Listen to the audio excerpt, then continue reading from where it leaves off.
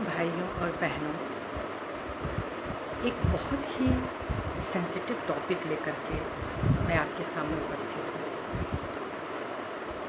जब हम अपने बच्चों को संस्कार दे रहे होते हैं कि तुम्हें एक अच्छा नागरिक बनना है, तुम्हें देश के लिए कुछ काम करना है, देश हित के लिए, मानव हित के लिए, तो साथ ही साथ हम उनसे ये भी अपेक्षा करते हैं कि वो अपने क्लास में अव्वल रहें, वो ऊंचे दर्जे के ऑफिसर बन जाएं, वो हर वो कुछ कर लें जो एक इंसान की चाहत होती है। चाहने से क्या होता है? इंसान अपनी किस्मत भी लेकर के आता है। किस्मत और कर्म यानी भाग्य और कर्म जब मिल जाते हैं तभी मनुष्य वैसा जीवन जीता है। आप केवल चाह लें, चाहने से हर रास्ते नहीं मिल जाते हैं। जिनको मिल जाते हैं उनका भी कहीं ना कहीं वो भाग्य होता है कि वो कहाँ खड़े हैं, किस स्थान पर हैं, किस परिवेश में हैं, किस धर्म जाति भाषा में हैं। ये बहुत सूक्ष्म विषय है, इसको हमें स्वीकार करना पड़ेगा कि हर बच्चा एक जैसा नहीं होता। सारे भाई बहनों में अपनी अपनी अलग अलग जिसको हम बोलते हैं कि एक पर्सनैलिटी होती है, उनका एक चरित्र व्यक्तित्व होता है। 3 अगर बहुत बुरे होते हैं तो एक उसमें मानो संत निकल जाता है। अब वह जो संत निकलता है उसके विचार अलग होते हैं, उसकी जो क्रियाकलाप होते हैं वो अलग होते हैं, उसकी चाहनाएं अलग हो जाती हैं, इच्छाएं अलग हो जाती हैं। तब माता पिता को ये लगने लगता है कि यह तो फेल्योर है।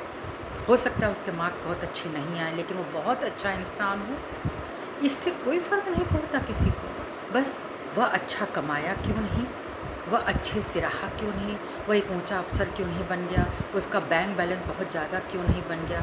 सभी लोग इस बात को जानने लगे हैं और मानने लगे हैं कि आध्यात्मिक जीवन का और सामाजिक जीवन में अंतर तो होता है। और वो व्यक्ति जो आध्यात्मिक होता है वो चीज़ों के पीछे भागता नहीं। भागने का अर्थ है येन केन पराकरेण, कुछ भी करके हमको वह हासिल करना है, वह रुपया, वह पैसा, दौलत, सत्ता, संपत्ति, सब कुछ। तो उसमें क्या हो रहा है आप देखिए, लिव इन रिलेशनशिप जो है वो क्या है, ये जो लव जिहाद है वो क्या है। अच्छा, क्यों हो रहा है ये सब? क्या प्राप्त करने के लिए, क्या मिल जाएगा ऐसा करके? कुछ नहीं। हम सब सिर्फ वासनाओं के पीछे भागेंगे। पैसा रहेगा, महल रहेगा, सब कुछ भी रहेगा, तब भी हम वही काम करेंगे और खुश नहीं रहेंगे। हम अपने पार्टनर को खुश नहीं रख सकते। एक समय आता है जब आपका मन उब जाता है। लेकिन पति पत्नी का रिलेशन ऐसा होता है जिसमें एक बंधन तो है, गरिमा है, और उस गरिमा को आसानी से तोड़ा नहीं जा सकता है, इसलिए वह निभ जाता है। थोड़ा कम, थोड़ा ज़्यादा, थोड़ा नरम, थोड़ा गरम, और वह निभा लिया जाता है क्योंकि उसमें एक समाज की भी बात होती है कि क्या ऐसा है कि हम हमारी आपस में पटेगी नहीं, या हम अलग हो जाएंगे तो समाज क्या बोलेगा, हम में बर्दाश्त करने की क्षमता नहीं थी। ये नज़रिया जब होता है तो इंसान सह लेता है, जी जाता है। और हम सब जानते हैं कि पति पत्नी का फिर रिश्ता धीरे धीरे प्रगाढ़ हो जाता है एक आयु होने के बाद। लेकिन लिव इन रिलेशनशिप में ये कभी नहीं होगा। उसमें केवल और केवल वासनाएं तृप्त होंगी, और जहाँ पे भी अधिकार आप दिखाना शुरू करेंगे ये जहर बन जाएगा। पति पत्नी के बीच एक अधिकार तो है, उनसे जन्मे बच्चों के बीच एक अधिकार की भावना तो है, एक प्रेम की भावना है, सम्मान की भावना है। लिव इन रिलेशनशिप में कभी सम्मान नहीं होता। इसी प्रकार एक आध्यात्मिक बच्चे का जो जीवन होता है वह इन सब से दूर होता है, वह इन्हें पसंद भी नहीं करता। लेकिन उसको बार बार एक अपमान महसूस होता है कि उसके परसेंटेज अच्छे नहीं आए, चाहे वो इंजीनियरिंग या डॉक्टरी में ज़बरदस्ती भेजा गया, वहाँ उसके मार्क्स अच्छे नहीं आए, अपनी लाइफ में वो बहुत स्कोर नहीं कर सका। लेकिन क्या उसका जीवन सरल नहीं है, सुंदर नहीं है, पवित्र नहीं है? वह संतुष्ट नहीं, वह भी संतुष्ट है। आप और हम उसे असंतुष्ट बना देते हैं, ये ठीक नहीं, वो ठीक नहीं, उसको देखो, उसको देखो। लोगों को देखने दिखाने में ज़्यादा समय लगता है और समझ आता है। अपने बच्चों का चरित्र वो नहीं देख पा रहे हैं।